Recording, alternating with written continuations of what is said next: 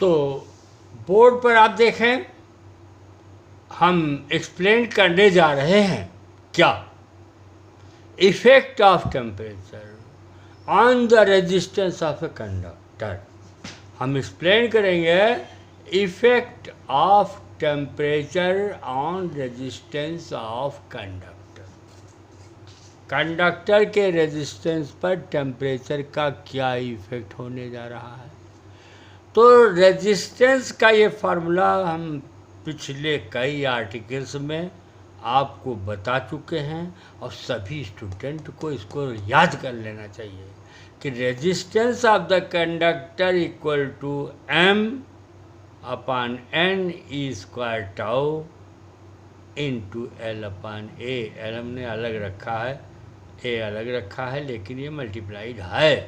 अब इसमें हर एक चीज़ क्या है, m mass of the electron constant है, 9 × 10⁻31 kg कांस्टेंट है, n number of free electrons per unit volume या पर मीटर क्यूब। 1 मीटर क्यूब में कितने फ्री इलेक्ट्रॉन्स हैं, जितने ज़्यादा होंगे उतना ही उसकी कंडक्टिविटी ज़्यादा होगी। तो n सबसे ज़्यादा होता है आपका सिल्वर में, तो सिल्वर इज बेट मतलब सबसे अच्छा कंडक्टर माना जाता है। उसके बाद कॉपर आता है, फिर एल्युमिनियम आता है।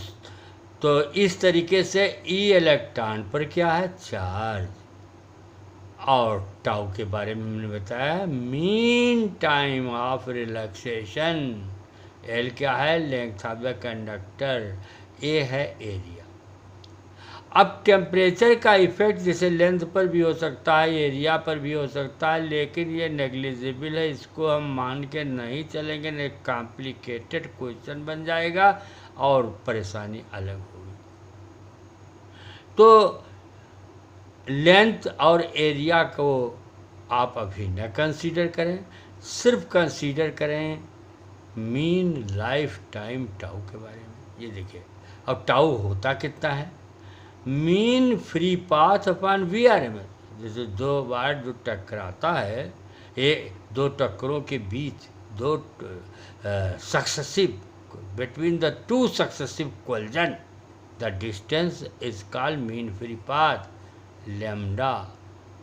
और इस लैम्डा डिस्टेंस को किस वेलोसिटी से ट्रेवल करता है, वी आर एम एस से। तो tau is equal to lambda upon root mean square velocity of the electron, root mean square velocity of the electron. और root mean square velocity of the electron kinetic theory of gas में आपने पढ़ा है कि किसी particle की root mean square velocity equal to √3 kT/m, K Boltzmann constant, T absolute temperature, m mass of the particle. तो यहाँ particle की जगह क्या लिया जाएगा, इलेक्ट्रॉन। बस ये 3 फार्मूले आप अपने दिमाग में रखिए, पर यहीं से एक्सप्लेन हो जाएगा क्या, टेम्परेचर बढ़ाओगे तो VRMS बढ़ेगा। If we increase the temperature of the conductor then VRMS increases, VRMS increases then time of relaxation decreases, क्योंकि VRMS नीचे है। Time of relaxation decreases then R increases. इसका मतलब रिजल्ट क्या आया, if we increase the temperature of the conductor then resistance of the conductor increases. ठीक है, इसको हमने लिख दिया है। So by increasing temperature thermal velocity VRMS increases, hence tau decreases, so resistance of the conductor increases, R increase कर जाता है। अब इससे रिलेटेड यहाँ पर एक और फार्मूला देख लो कि एक्सपेरिमेंटली यह किया गया तो change in resistance is directly proportional to initial resistance आया। जितना रेजिस्टेंस आप लेके चले और गर्म उसको हीट कर दिया तो बढ़ गया, तो कितना बढ़ा, delta R proportional to R0. Delta R is also proportional to change in temperature जैसे 0 डिग्री सेंटीग्रेड से T डिग्री सेंटीग्रेड तक आपने गर्म किया तो T माइनस 0 यानी T डेल्टा T हो जाएगा। तो इन दोनों को एक साथ करो तो delta R is proportional to R0 delta T, delta R is equal to alpha आ गया। ये प्रोपोर्शनैलिटी का सिंबल है, ये अल्फ़ा कांस्टेंट है, coefficient of thermal coefficient of resistance, thermal coefficient of resistance alpha R0 delta T। तो alpha की value आई delta R upon R0 delta T। अब इस जो alpha temperature coefficient of resistance की डेफिनेशन क्या होती है? Change in resistance per unit resistance पर degree Celsius temperature is called alpha. Change in resistance per unit resistance per degree centigrade temperature is called alpha.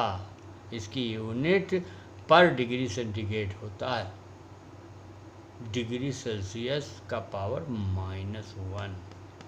तो alpha equal to ये delta R क्या है? R T minus R0, और R0 delta T क्या है? T, small T.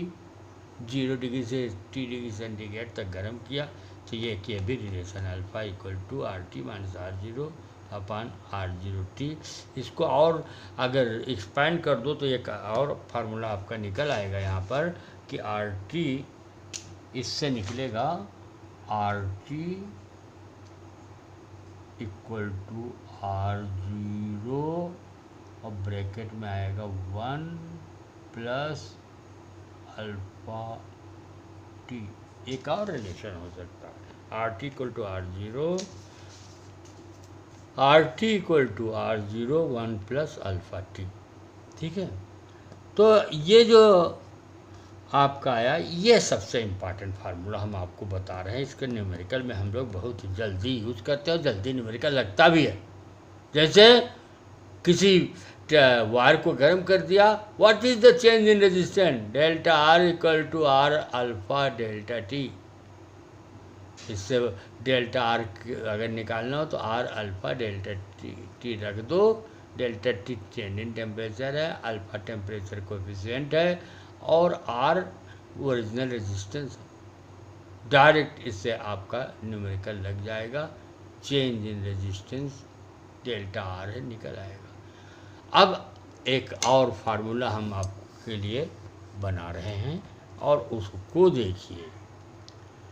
Alpha की दो values, alpha is equal to RT minus R0 upon R0 T। यहाँ पर देखिए ये, और यही इक्वल टू अगर 100 टेम्परेचर है, पहले 0 डिग्री सेल्सियस पर रेजिस्टेंस लिया था, बाद में 100 पर, तो R100 माइनस R0 अपन R0 इंटू 100। अब R0 तो कैंसिल हो जाएगा तो T आ जाएगा, RT माइनस R0 अपन R100 माइनस R0 इंटू 100। यह न्यूमेरिकल के लिए बहुत इम्पॉर्टेंट फार्मूला हुआ। बहुत लोग क्या करते हैं, पहले अल्फ़ा की वैल्यू निकालते हैं, तब वैल्यू रखते हैं, तब T आता है, लॉन्ग कैलकुलेशन। और ये फार्मूला हमने बनाया है। इसमें जैसे किसी का वायर का रेजिस्टेंस आइस, मेल्टिंग आइस पर निकाला तो वो हो गया R0, और स्टीम पर निकाला तो वो हो गया R100, और किसी अननोन टेम्परेचर पर निकाला तो वो हो गया RT। तो R0, R100, RT अगर दिया हो तो what is the unknown temperature.